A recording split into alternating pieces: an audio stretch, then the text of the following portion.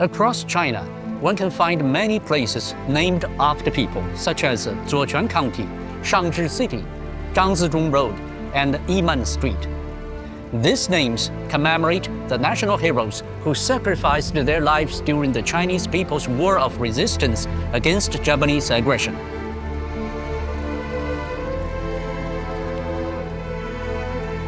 Among these, Yiman Street is named after Zhao Yiman, a female martyr whose birth name was Li Kuntai. She was born into a wealthy family in southwestern China's Sichuan province. Later, she received her education in Huangpu Military Academy before pursuing further study in Moscow. There, she waved goodbye to her newlywed husband and returned to China. She left her baby son in the care of her relatives and headed to Japanese-occupied northeastern China. In the vast snow-covered forests, Zhao Yiman, often pictured wielding twin guns and riding a white horse, was labeled by the enemy as one of the chief bandits.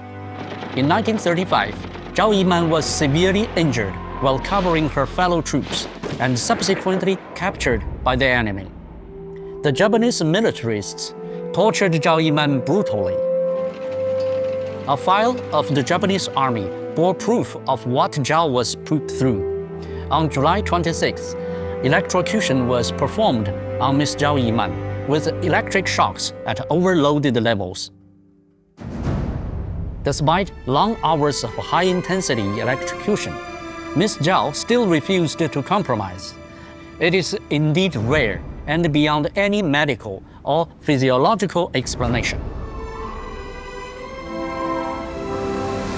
Having failed to extract any information from Zhao, the Japanese militarists decided to execute her.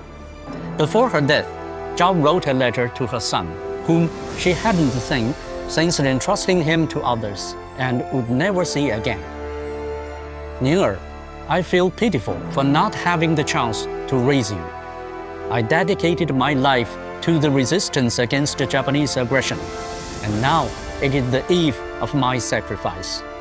My dearest boy, I need not teach you through words. I will educate you with my deeds. On August 2, 1936, Zhao Yiman died a martyr's death, defiantly shouting, "Down with Japanese imperialism!" Like Zhao Yiman, many Chinese soldiers also braved death fearlessly, showcasing strong will and unyielding courage to defend their motherland.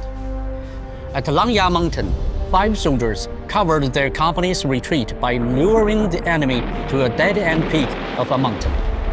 They smashed their arms and leaped off the cliff. At Liulaozhuang town, 82 officers and soldiers who had exhausted their ammunition fought on to their last breath, using gun butts, shovels, and even their teeth against the Japanese aggressors.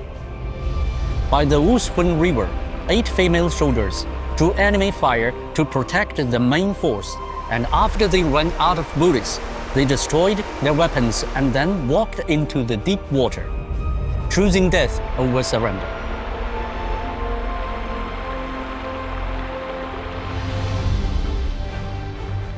Away from the front lines, ordinary people found their own ways to defend their motherland and resist Japanese aggression. In southwestern China's Yunnan province, when most able-bodied men were enlisted in the army, the elderly, women, and even children came forward, using simple tools to construct the road linking China and Burma, which later became the only vital lifeline connecting China to the outside world. Several thousand people died during the road's construction. More than 3,200 overseas Chinese left their comfortable homes in Southeastern Asian countries and returned to China. They worked as truck drivers and mechanics, keeping the transportation artery flowing under constant gunfire, with over a third of them sacrificing their lives. There were also numerous ordinary Chinese villagers who supported guerrillas by providing shelter and relaying messages, and ordinary women who sewed military uniforms and cared for injured soldiers. Even when enemy bayonets were pointed at their chests, they refused to yield or betray their country.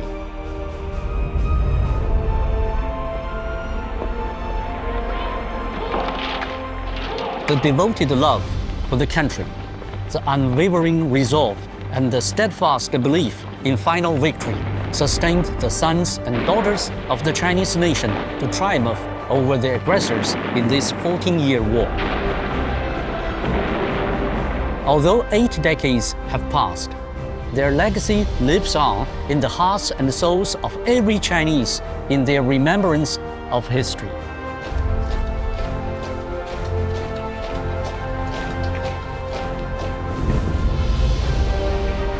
From the Chinese pilot who sacrificed his life guarding China's airspace, leaving his last words, "I can no longer return, you must carry on," to a young border martyr who wrote in his diary, "Pure love for China only," and to the countless others who braved danger during disasters and emergencies without hesitation.